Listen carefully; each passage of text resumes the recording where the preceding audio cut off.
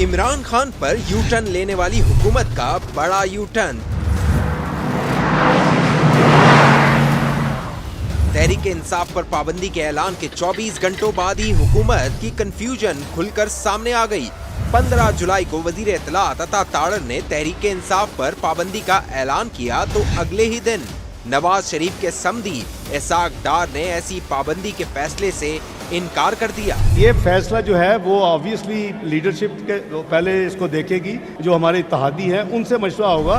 दिलचस्प बात यह है कि वजीर इत्तलात अता तारर की प्रेस कॉन्फ्रेंस से पहले वजीर आजम शहबाज शरीफ ने अपने बड़े भाई नवाज शरीफ से 3 दिनों में 3 मुलाकातें की और वो भी मरी जाकर।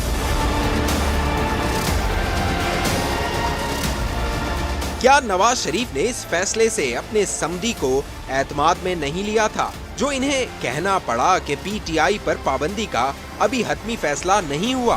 कानून आइन के तहत होगा। यहाँ जो कानून आइन के खिलाफ जो फैसले होते हैं सियासी, वैसा कोई फैसला नहीं होगा। इंशाल्लाह कानून आइन के तहत फैसला होगा। सिर्फ इसाक डार अलग सिमत नहीं चल रहे, बल्कि ख्वाजा आसिफ ने भी वजीर इत्तलात के ऐलान को फाइनल नहीं कहा। उनका कहना था पीटीआई पर पाबंदी से पहले पार्लियामेंट में मौजूद जमातों से मंजूरी ली जाएगी। आइन का तहफ़्फ़ुज़ जो है उसका हमने हल्फ उठाया हुआ है।